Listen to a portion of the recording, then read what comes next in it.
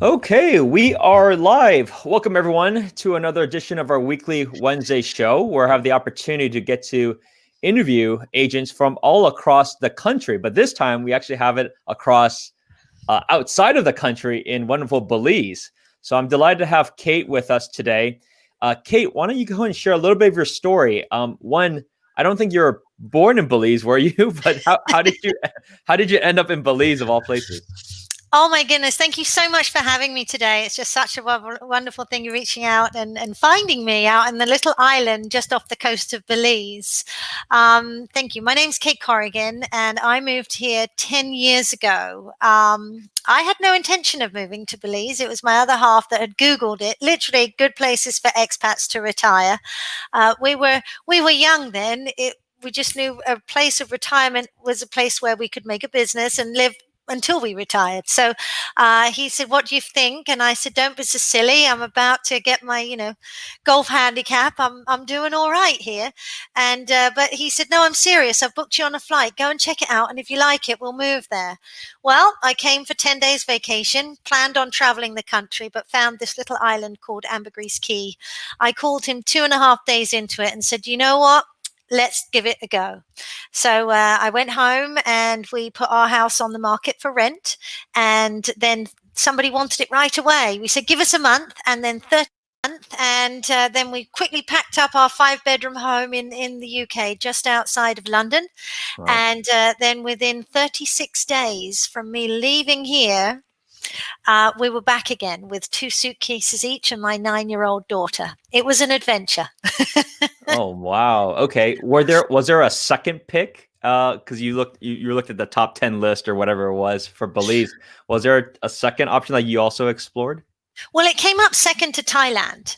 Ah, And he was the one doing all the Googling. I was an at home mum at the time and loving it for the first time. I was only 33. So I thought, this is all right. I quite like this. But Thailand meant we had to learn a different language. I right. felt that it would be too much for my daughter at 9 years old, she was just going into junior school. And it was just too much.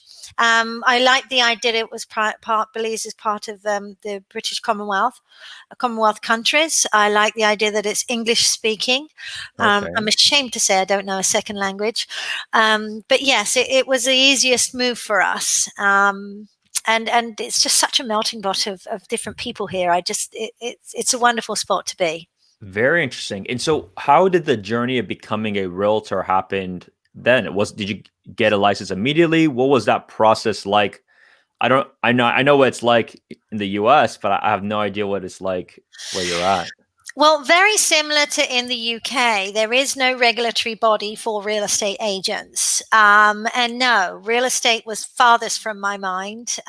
We came here, we adventured for about 6 or 8 months, and then decided to invest in a restaurant. From that, then I wanted to get a proper job and applied for a position within a local bank here. It's an international bank and gave me the opportunity to use my customer service skills to work with clients looking to get mortgages and also invest and open accounts. That's where I learned about real estate, was how property was owned. That's how I started to learn about real estate agents, how it was done here, which is very, very different to my knowledge, to how things are done in other parts of the world. There really wasn't any guidelines. People weren't being always given the right direction. And it's so important through the compliance of the bank regulations, that understanding meant that I could see that there were so many people being left on the shelf and not being seen through. So I transitioned from customer relations director from that company to asset protection. And that's where I realized we were referring clients out to build their their portfolios up with international property to real estate agents that we'd not much hear anything back from. And we wanted to make sure that we were continuing that. And that's how I've said, I'd like to do this. And I teamed up with Macarena Rose of Keller Williams Belize now, and used to represent her clients within my role because she didn't have an agent here. Fell in love with it. I was invited to a Keller Williams conference. They did give you a lot of training and things like that, as with many of the other organizations out there. And then said to my boss, you know what, you've been wonderful, but would you mind? I want to go out on my own with this. And so I began my journey as a real estate agent here in Belize after extensive training with Keller Williams. I had to do some extra stuff there and started that about 4 years ago. And I love it. Absolutely love sharing the island here and helping people guide them through the process within the compliance regulations and laws. Very nice. And can you just share with the audience in terms of production, like how many did you do last year? What's the average price point in Belize, and how is this year doing? Is it a good or bad year given really the shelter or given COVID? Lots of questions there, Spencer, all in Sure. one go. Sure. Yeah. So, new to the business, it took a little while for me to get my feet under the table. I had lots of connections. I've worked internationally with Live and Invest overseas through the bank, but building that as an independent agent, I didn't go on as a team. Took a little time, so it took about 6 or 8 months. Here in Belize, we represent both sides, listing and selling as well. We are allowed to do that. And in listing a property takes as much work as working with the buyers, because we have to turn up at every listing appointment and show it. So diarizing those things are a little difficult. So yes, last year I did. I've always been in the top 3 since my second year in business within the company of that we have, which is about 18 agents, 20 agents. So I did about 24 sales last year. And I was looking to double that this year quite easily, took on an assistant and things. But COVID has hit, which has proven a little challenging, although it's really given us the opportunity to become a lot more online as we should have been. We're very much online and digital anyway, because most of our clients do come from America and Canada. So we're always speaking to them and connecting by phone. And then they come for a 2-week window when we literally have to be there to show them anything that we've talked to them about. And we have to find them a home that they're going to hopefully choose to live in forever. But relationships here can it be anything from 6 months to 10 years before somebody buys. Really? So it's a very different market. It's a second home that they don't need. Right. It's often a want. They don't have to sell their home and move within 30 days, as in a lot of other markets. So it's about finding them not only a home, but a lifestyle here if they are planning on moving, which takes time. We become a bit of a life coach and have to introduce them to different opportunities, not only in property, but in areas and people and groups that they would enjoy to spend time with. Some people are Margaritavilles and they love to bar hop and go to music and those types of things all the time. Others are Rotarians and nonprofits, and they like to do those types of things. And so we really do have to make sure that we are a source of information for everything that anybody might like to do here. It's a challenge, but fun. That is really interesting. Like because of that, the market in itself is very different. It is a secondary home, almost like a vacation home per se. Yeah. And congratulations on 24 last year, and hopefully things get better for you as things start to open up. I'm sure that's probably a big reason. Like even if we wanted to go travel, we can't, right? So it's tough. So what was the average price point for you, or in general of the market? Like what do people usually buy? Is it a condo? Is it a single family? Like what's out there to even buy? Now, I'm primarily based on Ambergris Caye. Ambergris Caye is an island 28 miles wide and a mile wide at its widest point, and has a population of about 20,000 to 25,000 people here. Wow. We all live mostly in an 8-mile radius, but the island is stretching out. We have developments from condominiums with Marriott. We have Wyndham. We have Margaritaville moving here very soon. We have Hilton. And we also have another one. I forget the name of it right now. We've got 2, Best Western is coming to the island too. We have a higher price point here because it's more of a tourist-driven town than anywhere else in the country. It's here. There's various areas. There's here in San Pedro or Ambergris Caye. Then there's Placencia, which is also a peninsula and the very south of I was going to say England then, of Belize. And then we would, another investment hotspot would be San Ignacio, which is on the Guatemalan border, and then Corozal, which is on the far northern border of Belize.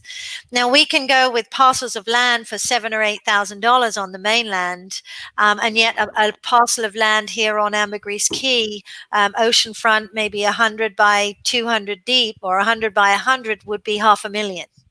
Wow. So the price points vary depending on where you're looking to live and the lifestyle that you want to have. Here, I would say the average price point for me is between $275 to $350. And it's usually the oceanfront condo that you would pick up for that price. And they are, at the moment, there's quite a few on the market. We're certainly seller heavy and buyer poor at the moment.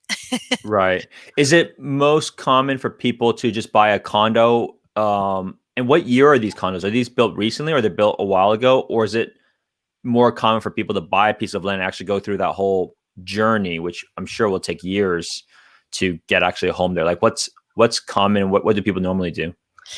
It really is down to the specific person, and we can guide them. So you could buy a piece of land today. It would normally take you about 6 weeks to close on that, maybe a little bit shorter. We could have contractors there. You could actually have your dream home within about 10 to 12 months from That start to fast? finish. Wow. Yes. Depending on what your dream home was. I mean, if you're Sure. looking for helipads and Yeah. craziness, which can happen. But yes, depending on the size of your home, if you're looking for maybe a 2-story with a rooftop, something like that, about 2,000 to 3,000 square foot on a nice piece of land, landscaped. The build time that I've just been quoted for a client was about 10 to 12 months. We have to take into account the seasons. We do have hurricane season here and those types of things, and rainy season, and some local workers here and also expats that have moved here seem to melt in the rain. Things seem to stop. But yes, it's you could certainly buy a piece of property and build on it within that time, provided you're using the right people. Got it. And what is the cost of building? Like, did you ever get a quote as well? Like, how much is it per square foot to build? Again, very broad. It depends on how you want to build it. A lot of people are building with what we would build with block, or with Coventech is a very common thing now, where we have to bore down to bedrock here because we're on an island. We have to go down quite deep, and the pillars are built in. It really does depend on the finishings that you're looking at, and we can be quoted anything from 150 to 250 US per square foot, depending on whether you want that to include your appliances and your AC, generators, those sorts of things can actually be included in the building cost. So it really does vary. On the mainland, those costs are a little bit less costly, because you don't have an expanse of water to bring Right. workers and goods over to. Oh, how interesting. Very nice. And do people, when they buy the vacation homes, do they tend to rent it out when they're not there, like Airbnb, or is it they just leave it as a home and they'll just keep it as it is and they'll just visit it, once a year or whenever they decide to come over? You can do either. There's some fantastic property management companies here that would take you under your wing, and they're marketed and advertised globally. There are some smaller mom and pop type affair property management that can do it, or you can register a business, register as a business corporation here and establish your own tourist BTB, Belize Tourism Board license to be able to set up as an Airbnb. There are processes that you have to go through. But yes, a lot of people do actually set up as vacation rentals, so that it means that it's generating an income or an enough to fund your trips here until you're ready to retire or sell and invest bigger after that, when you come time to retire. Interesting. And that's very interesting. Now, from investor perspective, since it sounds like it's not much local people buying per se, would that be fair to say? It's like all the 24, all are pretty much from out of the area. It depends on where you are in Belize. We have just signed a new agent in Belize City. Super excited to have him there, and there is a lot of local persons there that buy. It is my biggest joy to help a Belizean purchase a property. I'm very familiar with the banking, so I'm very good at helping sellers understand that the process to close might be a little bit more extensive, but if we can bear with it, we can help a Belizean purchase a home in their own homeland, especially here on Ambergris Caye when things are a little bit more expensive. But yes, most of the sales that I would generate would definitely come from the US, Canada, the UK, and outside of Belize. Mm-hmm. And then from a process like of ownership, if a foreigner buys in Belize, is there any tax benefits? Is there any like do they actually own the land itself? Because I know different countries you basically have a long lease of the space. Like how does that work? It's You absolutely own the land. Yes, you can own it outright. You don't need to own it in any kind of corporation, trust, and you don't need a Belizean citizen to be able to own it with you.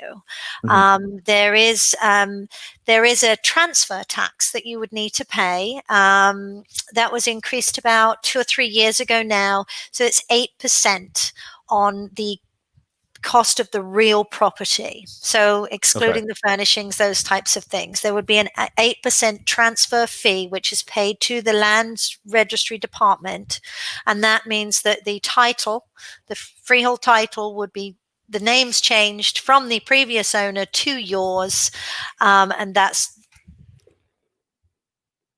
Oh, button again. yeah, go ahead. You're good. No, try again. Okay. Hello? Yeah, you're good now. So I don't know what So happened there. So yeah, yes, so it is eight just a percent. simple Okay. transfer tax. And who pays for that 8%? Is it the buy side, the sell side split? And it's eight, just eight, not 80. Right. The sellers pay the commissions, and the buyers pay the transfer tax and closing costs. I see. So it would be 8% plus closing costs would Yes, be that's from correct. a budget. And what are closing costs typically there, like percentage wise, usually? So usually it would be between 1% and 2% of the cost that you're doing. So I always tell people, when you're looking at the price of a property, let's Right. negotiate it, assuming that there's going to be about a 10% cost to close on it. Hmm. And we would go through extensively of, what is your price point? How could you Hmm. pay it? Those types of things. Because financing and things like that isn't as easy in Belize as it is in other places. I understand you've got some great interest rates where you are at the moment. Yeah. And how do people typically finance these properties? Do they have to go with your local bank? Like, what are the typical options for foreign investors? That's a super question. I'm so glad you asked it. That's why I asked it. Yes. Yay! Yeah.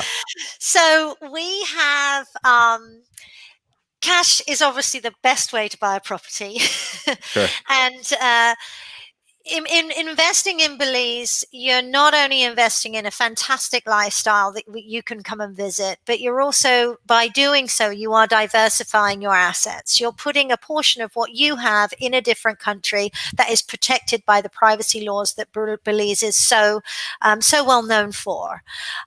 This It allows you to be able to have something secure in a different location in a reasonably stable economy.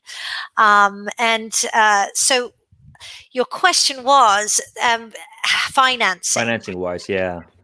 Now, local banks will not loan to non-residents. So there are two banking systems in Belize. There's an international banking platform and a local bank platform.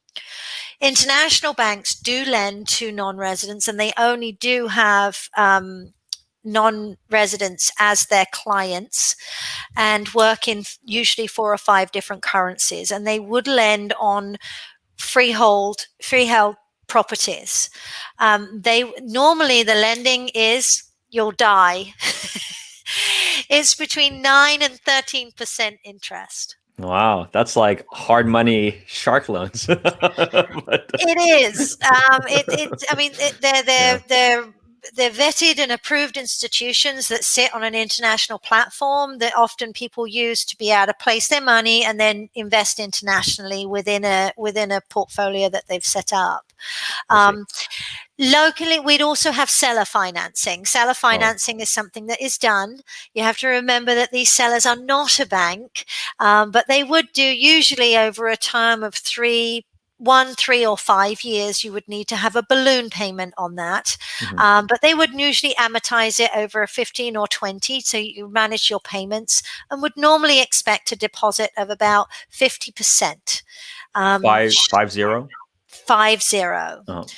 With 50% down, some sellers will look at seller financing over a short term, and that would be negotiated between buyer and seller as to what they could do. So if you were waiting for something to pay out, like a 401k or an IRA or one of those, a big investment, and you didn't want to take it out of that interest-free savings that you have and pay the tax rate, then you could always do something on a short term with a seller, and then when that pays out, pay them in full. And usually there's no penalty for early repayment. Another way people do it is by releasing funds through a home equity line of credit or cash back in your own country. A lot easier, a lot faster, and you have a lot better interest rate.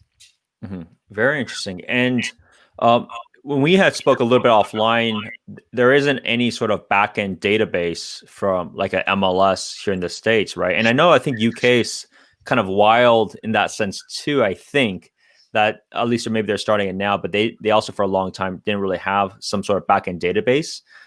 So how does an investor or yourself know, hey, look, this is a good deal, this is a bad deal? Is it just the relationships with other agents to share that information then? Like, how does that even work if there's no central system to have it all? It's a lot of work. When you ask me, hey, Kate, I'm looking for a condo for 250 to 350 on the beach, want it second floor and it with a low HOA, I literally here in Ambergris Caye alone have to trawl through at least 18 different websites. It's a very different market here, and we don't know. I mean, very fortunately, since when I first arrived on the island 10 years ago, I do now have the privilege of working with some great agents in the marketplace from all different companies. So we keep in communication with each other. And so it's important that whoever somebody chooses to work with in Belize, that you have a great relationship and you know that they have a great relationship in their workplace.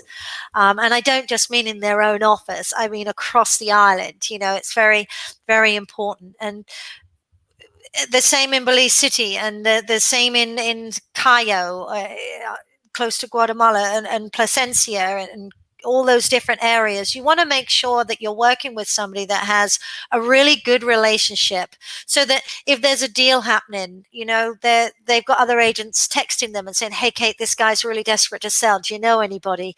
And if we have that relationship, then we can certainly best serve clients in finding them the right price. But there is no rhyme nor reason to it. And not everybody discloses the right price, and not everybody comes from good character, unfortunately. Yeah, I mean, that's the very tricky part of the whole thing. And it's not a very, it's not a very big community either. So there's only so many. How many agents do you think are in the area? Do you ever, oh my goodness. It's probably not that much, right? No, we have 5 with our company representing here on the island. I think, yes, 5, no, 6. We just signed a new one. 6 on the Ambergris Caye representing Keller Williams. We then have all the other chains here. We have Remax and also, I think that's the only other. Yeah, I think they have. I actually don't know. I know them all individually, but I've never put a whole list together. That's a really great question. I would probably say we've got about 40 agents on the island. Hmm. 40 And to 50. so, and so, love to hear kind of how you see things moving forward. I mean, I don't. It doesn't seem like travels is getting any better, at least Yeah. as of right now. Or are you tell me otherwise? Are people traveling more, or is it We're not allowed to much? travel in country. Belize has done a phenomenal job of managing the Hmm. coronavirus. I mean, here in Belize, when they say you have to stay home for 72 hours, people say, okay. Yeah. Wear a mask and stay home for 72 hours. You all need to do your bit. 90% of the population say, okay, how do we get food? What do we need to do? And that's basically what they did. They cut us off from the rest of the country because we had the first case, which was amazing. We've only actually had 18 community-based cases since it started, who have all recovered but two, unfortunately. And since then, we've opened our borders to citizens coming back in, and we have then had, I think, 12 cases that have come in, but everybody who came in had to go into a mandatory 14-day quarantine. So they were caught and they've stayed in their quarantine areas. On the 15th of August, we are opening up to international travel, which is Mm. wonderful. People will be able to visit, but they do have to go through getting a PCR test 72 hours before they arrive if they want to stay in any hotel and resort. And this is the first news that we're having. It could change. But if you don't, they have a rapid testing kit and everything set up within the airport to rapid test you. And you may go to a gold status hotel that has everything on site. So an all-inclusive hotel where you would have to stay and go on approved tours only specific to those hotel guests. So Belize is doing very well, and I'm really pleased. There are some restrictions on travel initially, but that is the first phase of us opening up to people that aren't citizens. And I'm Hmm. super excited. We've got lots of people that are coming down. And for those that have been there and aren't so happy with how their country has been managing, it could be a political issue. It could be how they've managed the pandemic. It could be that their house is so small. It could be that you've now found that you can do everything online and work from home now. If you're going to, why not do it from another country like Belize that's only 2 hours away from your hometown? Yeah, I mean that's it. I think Hawaii also is implementing a that kind of process. I think August 1st they'll have the ability where people can pre-test as long as they bring it. They don't have to self quarantine, which we'll see how it goes. I mean, it's good that countries are doing that because it defeats the purpose if you have to still self quarantine for 14 days. Can't do it. I mean, what's the point of even going then? Yeah. So that's good that there's they're figuring out a solution and figuring out a way to get people in, because I mean I'm sure the Yeah. local economy is clearly not doing well. There's no way It it's is doing tricky. well. Yeah. Yeah, I mean the economic drivers here is tourism. Right. We have everybody the tour guides, the restaurants. We have seen a few go out of business. We haven't seen We've seen a little bit of an increase and a little bit of petty theft, but nothing massive. And I think now with the promise of the 15th of August and the country, we can move freely around the country now. Right. We're asked to wear our masks when we go into stores and public places, but we don't have to driving around or in our own homes, and we can meet in groups. Well, all the bans have been lifted for us in country. So Interesting. we're pretty fortunate. And, properties have been selling. I spoke I tried to get some numbers for you. I spoke to my closing agent here, and they just one agent, and they had 14 closings last month. And they already have 12 set up new contracts for this month already in play.